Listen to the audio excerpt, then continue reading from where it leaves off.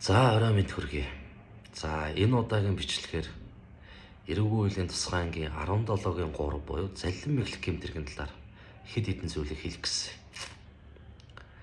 Тэгэхээр өнөөдөр практик дээр амьдрал дээр өнөөдөр энэ гэмтэргийн улмаас хохирсон дээр маш их хохирч байна. Эсвэргээрээ өнөөдөр залливч нөхдүүд холбогдож сэжигтэн ялагдчих өнөөдөр хял завшиж байна.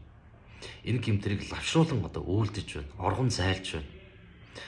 За тэгээ практикт өнөөдөр энэ хэргийн үйл явц өнөөдөр шалгагдах хугацаанд олон хохирчтой бол өнөөдөр цаг хугацаа их алдаж байна. Хохирлын тооцоо хийхээс ихсүүлээд дасан сэргийлэх арга хэмжээг өнөөдөр хангалттай аваагүйгээс болж өнөөдөр мөн олон төрлийн гэмтрийг давхар үйлдэж байна.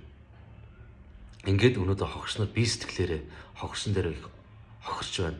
Өмгөөлөгчийн зардлаас ихсүүлээд тэгэхээр өнөөдөр мэрэгжил нэгт өнөөдөр хуульчд мөрдөгчнөр энэ ажиллагааг өнөөдөр эрүүл мэндийн 17-гийн 3 дээр энэ заллин мэглэх гэмтэрэг дээр дасан сэргийлэх арга хэмжээг яаралтай авч хөлийн хоргийг тавьж өнөөдөр шаардлагатай бол 20 арга хэмжээг аваач. Уул нь бүх эрх нь байгаа хуулинд нь. Гэтэл өнөөдөр хэрэг тогтоогдохгүй байна. Өнөөдөр хүний эрхэнд халдаж байна. Гэх мэт одоо шалтгаанаар өнөөдөр энэ залливчдыг улам өөгшүүлээд байна. Хохирчд хохирсондоо улам хохирч байна. Өнөөдөр амьдрал дээр хэдүүл аваад үзээлт. За ингээд олон хохирч нар өнөөдөр визний заллин, за мөн одоо хуурж бичиг баримт үйлдсэн, орон сууц, түрээс гэдэг юм уу. Олон заллин мэглэх гэмтэргийн төрөл явагдаж байгаа. За ингээд өргөл гомдлоо гаргана, цагдаа байгууллага өргөдлийг хүлээж авна. За бүс хүлээж авахгүй тохиолдол бас байна. Энэ иргэний хэрэг биш, зээлийн гэрээтэй юм байна гэдэг үл. Ийшээ ч яв, тийшээ ч яв гэж хэлдэг. Тэгэхээр энэ дээр бас нэг зүйл хэлье. Өнөөдөр иргэний хэрэгүү, эрүүгийн хэрэгүү гэдгийг өнөөдөр цагдаагийн байгууллагын тэр дарга шийдэхгүй.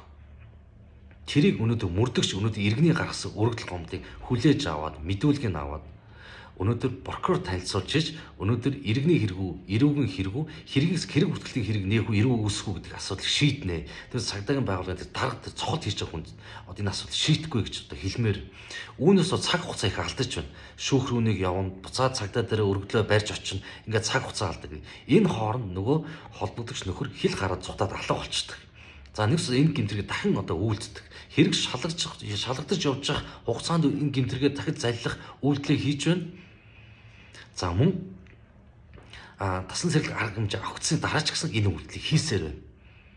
Тэгэхээр өнөөдөр энэ холбогдох хууль хяналтын байгууллага өнөөдөр цагдаагийн байгууллага энэ мөрдөгч ажил ихтэй, ачаал ихтэй олон хогш холбогчтой энэ хэрэгээс одоо бүр тээш шаадаг ч юм уу. Өнөөдөр нэгэнд өнөөдөр мөрдөгч гэдэг өнөөдөр энэ цолын зүгээд өнөөдөр ажлаа хийж байгаа бол үр дүнтэй хоньслон хөөцөлгөө сайтай өнөөдөр хийгээч гэж одоо хүсмээр өмгөөлөгч авах хүсэлт гомдлоо тавьж өнөөдөр ажиллагааг хурдлуулах үүднээс өнөөдөр уг ажиллагаанд оролцож байгаа. Гэтэл өнөөдөр мөрдөгч өнөөдөр өнөө маргааш тийм ажил гэсээр хагаад өнөөдөр энэ хэргийг улам одоо лавшруулах одоо юм асуудал үүсээд байна. Үүнийг дайлимтуулж өнөөдөр энэ эрүүл мэндийн цагийн 17-3 буюу энэ заллин мэглэх гэмтэргийн 20 халын дэд санкц нь болохоор 12 жил хүртэл хугацаатай байгаа.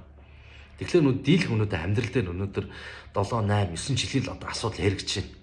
За ингээд 7 жилийн өнөөдөр 20 халын сакстай өнөөдөр 20 хал шийтгэлээ гэж бодоход нэг 5 жил ч юм уу өнөөдөр бичээ суугаад ингээд магадлангаар ороод гараад ирчихнэ. Ингээд гарч ирээд явах өнөөдөр ажил байхгүй байна. Төлөвт хохирол байхгүй байна. Ингээд шийдрэг үүсэлтэй нөгөө нэг хохирлын асуудал яригдаг. Ингээд цаг хугацаа алдаг. Ингээд хүмүүс өнөөдөр мөнгө авч байгаа тохиолдол ер нь амьдрал дээр байхгүй. Тэгэхээр энэ бичлэгийг цааш нь дамжуулаар хууль хэлтийн байгууллагад одоо энэ хууль зүйн сайд болон одоо энэ хүмүүст нь танилцуулаараа цааш нь шеэрлэр гэж одоо хэлмээр. Энэ эрүүл мэндийн тусгай ангийн 17-3 маш олон хохирчд өнөөдөр хохирж байна. Бие сэтгэлээрээ эрүүл мэндээр хохирж байна. Өнөөдөр их хэмжээний өнөөдөр үлэмж хэмжээний өнөөдөр хохирол авчсан иргэд өнөөдөр гэр бүл цуцлах, за мөн одоо эрүүл мэнд сэтгэл санаагаар унах, за мөн нөхөртөөгөө их нэртэйгээ маргалдах, муудалцах, банкны үр зээлэнд орохоос ихсүүл ор хоронгуй болохоос ихсүүл олон өнөөдөр хохирлууд яригдж давхар. Тэгэхээр энэ дээр өнөөдөр нэгдүгээр цагдаагийн байгууллагын өнөөдөр тэр дарга өнөөдөр өргөдлийг иргэний хэрэг, эрүүн хэрэг гэдэг шийдэхгүй. Өнөөдөр өргөл гомдлын цохоод мөрдөгчтэй өгөөч. Цаг хугацаа битээ алдаач.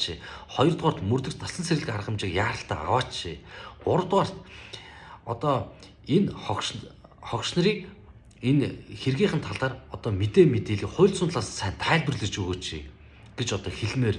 За тэгээ энд хэрэгтэй цаашаа ярил олон юм бас одоо бас ярмаар байна. Тэгэхээр энэ бичлэгийг цааш нь дамжуулаад өгөр. Эрүүг үл усхайг 17-3-ыг одоо дахиж одоо шинжиж өөрчлөө, нэмэлт өөрчлөлт энэ заалтан дээр оруулъя гэж одоо өнгөөчсөн зүгээс хүсэлтэй байна. За баярлалаа.